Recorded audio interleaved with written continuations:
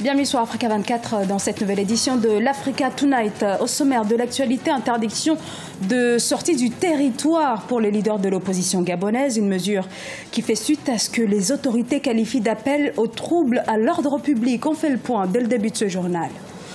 Les opérateurs économiques tchadiens exhortent les pouvoirs publics à adopter des mesures pour assurer l'assainissement du climat des affaires. Un appel à quelques jours de la conférence de Paris où le Tchad entend mobiliser ses partenaires. Et l'engouement au rendez-vous cette année encore pour le festival Tozeka à Kinshasa, une 5e édition qui a rassemblé les grands noms de l'humour de la République démocratique du Congo.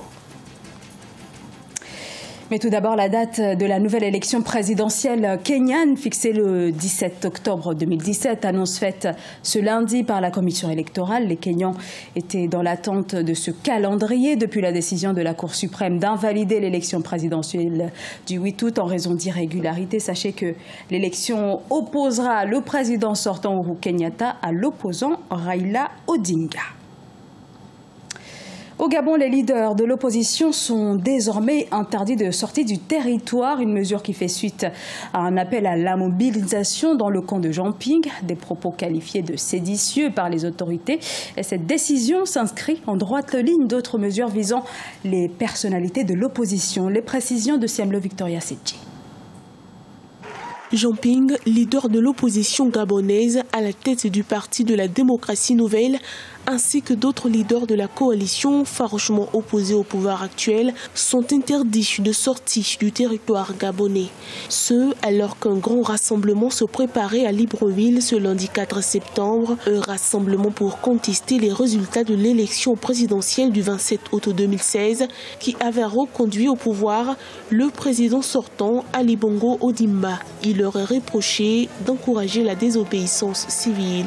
Il s'agit là simplement d'une réponse du berger à la bergère. M. Casimir Oyemba, ancien Premier ministre, Jean Ping et bien d'autres personnalités sont frappés par une mesure provisoire d'interdiction de sortie du territoire national. Mesure qui intervient à la suite de propos séditieux, des propos d'une extrême gravité tenus par M. Jean Ping le 18 août dernier. Jean Ping, candidat malheureux à la dernière élection présidentielle, a appelé ses partisans au trouble à l'ordre public, à l'insurrection, à la rébellion, à la guerre civile. Cela n'est pas tolérable dans un état de droit.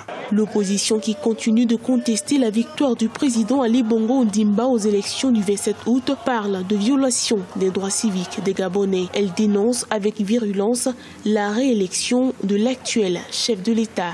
Notre réaction vise à dénoncer, à condamner ces décisions iniques, inacceptables, non conformes à la Constitution. Mais rien ne nous surprend de la part de ce régime qui est dans une logique de répression. Après avoir violé le choix des Gabonais, voilà encore une atteinte aux libertés publiques. Des violations sans notification, sans précision. Voilà que des personnalités sont empêchées de sortir du territoire. Après avoir bâillonné la presse, interdit toute manifestation, après avoir enfermé toute personne récalcitrante au manque de légitimité de ce régime, il n'y a plus rien à espérer de ce régime qui, loin de nous ébranler, nous renforce dans nos convictions pour la libération du pays.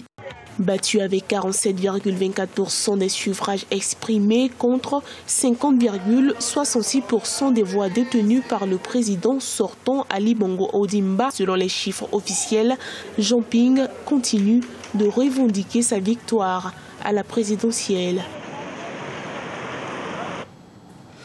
En Côte d'Ivoire, le Rassemblement des Républicains se prépare pour son grand congrès ordinaire le 9 et 10 septembre. À 3 ans de la présidentielle, il s'agit pour le parti de démontrer qu'il peut se rassembler autour de la désignation de son président. Et ce rendez-vous crucial de septembre pourrait bien marquer le retour du président Alassane Ouattara à la tête du RDR. Reportage Olivier Conan.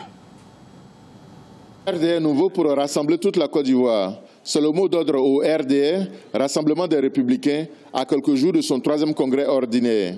Les cadres du parti sillonnent le pays depuis quelques semaines pour remobiliser les militants et écouter leurs aspirations. Les dirigeants du parti sont conscients que certains militants sont démobilisés.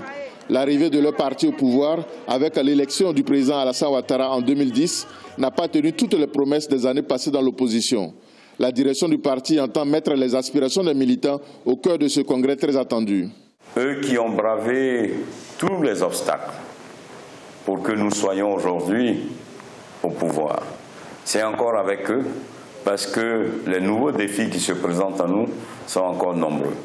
Dans un RDR nouveau, rassemblé, solidaire, vous les militants et militantes et sympathisants du RDR, nous sommes des hommes qui au quotidien devons braver nos difficultés, mais devons partager aussi nos amours, nos joies.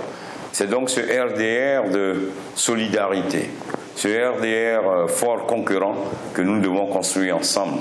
Créé en 1994, le RDR est arrivé au pouvoir en 2010 grâce à l'alliance avec le PDCI, Parti démocratique de Côte d'Ivoire, au sein du RHDP, Rassemblement des oufouettistes pour la démocratie et la paix. Pour les dirigeants du RDR, la force de leur parti sera bénéfique au RHDP. C'est donc un RDR nouveau qui va donc rassembler les militants, militantes et sympathisants pour que, autour d'Alassane Ouattara, nous offrons à la Côte d'Ivoire, cette Côte d'Ivoire rassemblée, parce que le RDR se veut un parti fort, pour un RHDP fort, mais surtout que le RDR, au sein de ce RHDP fort, veut aller au-delà du RHDP pour rassembler tous les Ivoiriens. 65 000 militants sont attendus au 3e congrès du RDR les 9 et 10 septembre à Abidjan. Le moment fort du congrès sera le retour du président Alassane Ouattara à la tête du parti. Un plébiscite annoncé qui doit sonner le réveil du RDR, désormais à l'écoute de ses militants.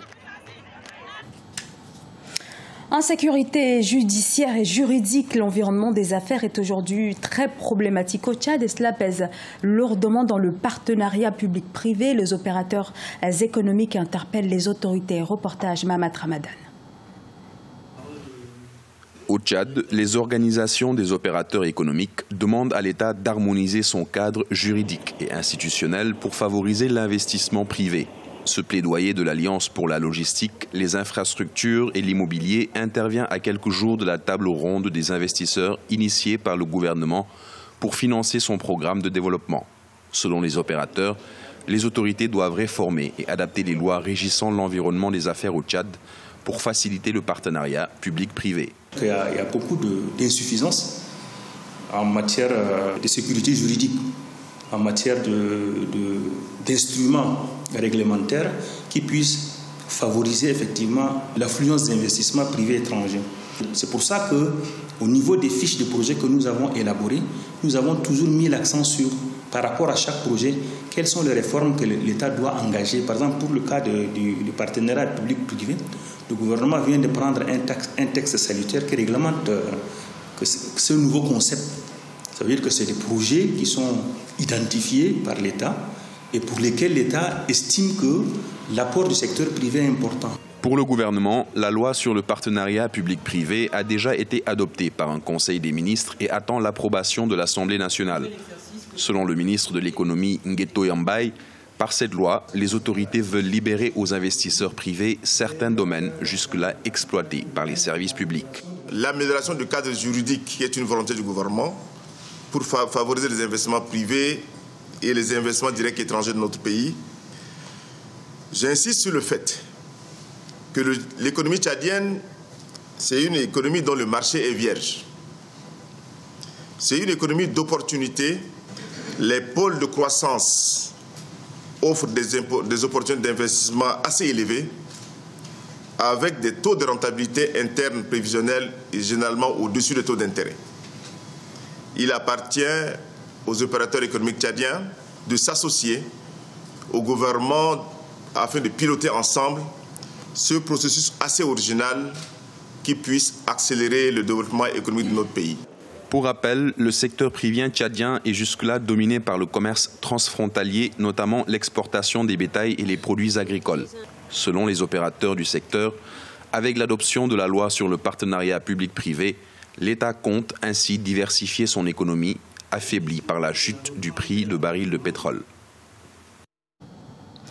Un peu de légèreté à présent avec le festival Tozeka, un festival de l'humour qui s'est tenu en République démocratique du Congo. Et cette année, place aux talents locaux. Et ce fut, vous allez le voir, face à un public totalement conquis. Reportage Jacques Amboka.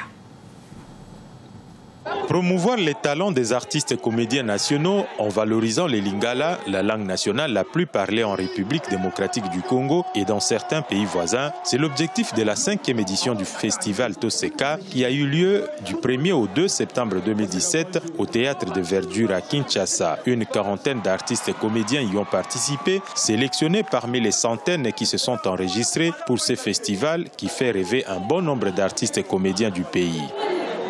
Nous avons mis en marche notre logistique pour que le filmage soit impeccable et que le DVD soit pour la première fois vendu à l'international comme ici chez nous, pour que les gens puissent encore une fois découvrir nos talents, encore une fois découvrir la beauté de cette langue qui est le lingala. La 5e édition du festival Toseka a choisi comme parrain 2 comédiens parmi les plus renommés du pays, Fiston Saïsaï et Ladi Essobé, qui ont eu chacun à encadrer un groupe de comédiens pour une confrontation sur scène très bien appréciée par les spectateurs qui se sont déplacés pour des moments du rire réussis. Qu'est-ce que ça dirait d'exporter les festivals intercongolais partout dans d'autres pays? Donc, si ceux qui ont du moyen, qui ne veulent pas, je vous dirais, je vous sollicite, ou je vous conseille de mettre de moyens pour permettre aux Congolais d'améliorer leur art, d'aller un peu plus loin. Parce que ça, c'est du waouh, c'est du génie. Et avec du moyen, on peut encore aller. Pourquoi pas devenir comme Jamel Comedy Club un jour et aller au-delà?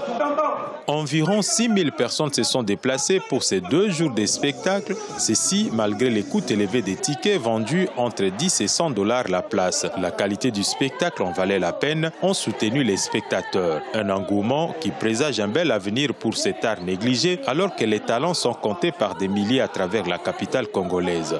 Le succès de cette édition consacrée aux talents nationaux va certainement stimuler les promoteurs des spectacles à investir davantage à cette industrie capable de générer des recettes et créer d'emplois.